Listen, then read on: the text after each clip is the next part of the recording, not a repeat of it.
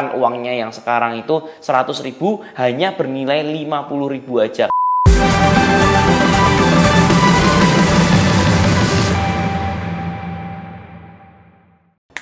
Hai, Antoni Sudarsono di sini. Nah, teman-teman, 7 Juli 2020 aku baca berita di CNBC, Sri Mulyani sebagai Menteri Keuangan kita itu berkata, redominasi rupiah dengan nominal 1.000 akan menjadi 1 rupiah. Ini akan jadi fokus Sri Mulyani lagi. Jadi teman-teman, buat teman-teman yang kurang paham, redominasi itu adalah pengurangan nol yang di angka kita sekarang ini. Misalkan kalau sekarang itu 10.000, nolnya akan dipangkas 3 menjadi 10. Dan kalau 1.000 itu akan dipangkas menjadi 1. 100.000 pun juga sama akan dipangkas menjadi 100. Sebenarnya tujuan redominasi ini tuh apa sih sebenarnya? Nah teman-teman, redominasi itu sebenarnya karena dulu pemerintah itu tuh pencatatan keuangannya tuh sangat jelek. Jadi uang yang diedar ke Indonesia, yang di print itu tuh nggak tahu jumlahnya berapa. Udah di print. Nah, sampai suatu ketika pemerintah itu sadar, oh ternyata uang itu butuh namanya dicatat. Jadi pemerintah tahu keuangan di Indonesia itu berapa tuh mereka tahu. Cuman karena dulu masih nggak kepikiran, jadi mereka asal print aja dan nggak tahu berapa. Nah masalahnya adalah masih banyak banget orang yang suka nyimpen duitnya tuh di bawah bantal, nyimpen duitnya di bawah kasur. Jadi benar-benar itu uangnya nggak kedetek. Mau sampai kapanpun uangnya itu gak bakal kedetek karena mereka uangnya itu nggak dipakai. Kalau uangnya sering-sering dipakai dan beredar terus, ya pemerintah masih bisa menilai uangnya itu berapa sih yang ada di putaran di Indonesia itu berapa sih, yang sudah di print itu berapa sih. Nah karena kemarin itu nggak kelacak itunya, makanya sekarang pemerintah tuh akan meredominasi, akan memberikan mata uang baru, dan terpaksa orang-orang yang dulu nyimpan uang itu masih di dalam bantal, masih di dalam tanah, nah itu keluar itu orangnya. Karena kalau nggak cepet-cepet uangnya itu akan tidak ada nilainya.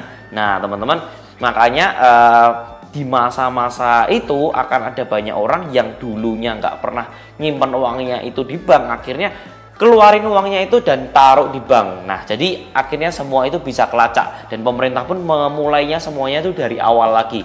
Jadi lebih gampang untuk pemerintah itu akan men-track uang kita. Nah sebenarnya apa sih dampak dari kita itu melakukan redominasi? Nah teman-teman juga harus tahu juga ya, kalau redominasi itu tidak sama dengan sanering ya. Teman-teman, kalau sanering itu adalah pemotongan nilai mata uang tersebut. Jadi, kalau misalkan ada suatu inflasi yang terlalu tinggi, barang-barang itu dari 50.000 tiba-tiba naik menjadi 100.000. Nah, biasanya pemerintah itu akan melakukan sanering, dipotong nilai value mata uangnya. Misalkan uangnya yang sekarang itu 100.000 hanya bernilai 50.000 aja karena pemerintah itu melakukan sanering.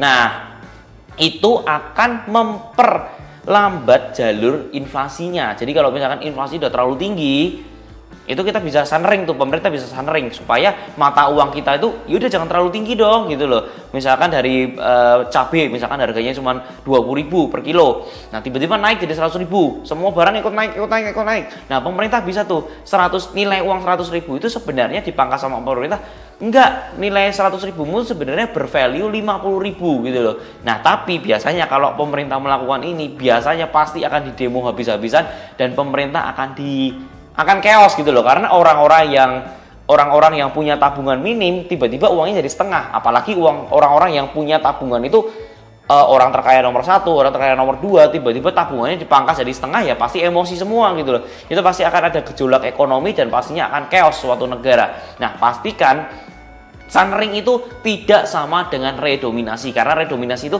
fungsinya hanya menyederhanakan mata uang tersebut supaya pemerintah itu jauh lebih gampang untuk men-track record. Nah ternyata yang menarik adalah redominasi sudah pernah dilakukan di tahun 1965 tapi gagal sama Indonesia. Kenapa? Kenapa bisa gagal? Padahal maksudnya kan ya sama aja gitu loh.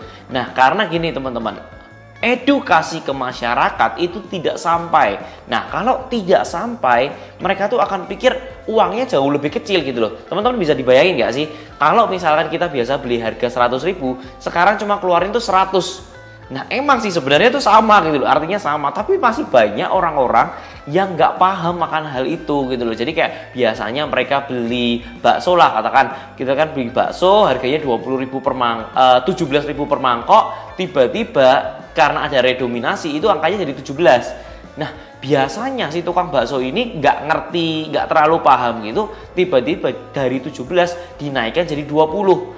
Nah kebiasaan-kebiasaan seperti itu kan itu menaikkan secara tidak langsung, itu menaikkan menaikkan nilai penjualannya mereka sendiri. Tiba-tiba ada inflasi gede-gedean, ya nggak? Kalian bisa kebayang nggak sih kalau misalkan kalian itu yang biasa ngasih tips ke Gojek, biasa ya kasih 5.000 karena kalian ngerasa 5 doang, kalian ngerasa kecil banget, tiba-tiba kasih 10. Terus habis itu kayak kalian biasa makan minum-minum boba-boba gitu, biasa kan harganya cuma 18, 19, tiba-tiba ya udahlah ambillah 25 lah, karena angkanya jadi tiba-tiba kayak kerasa jadi kecil.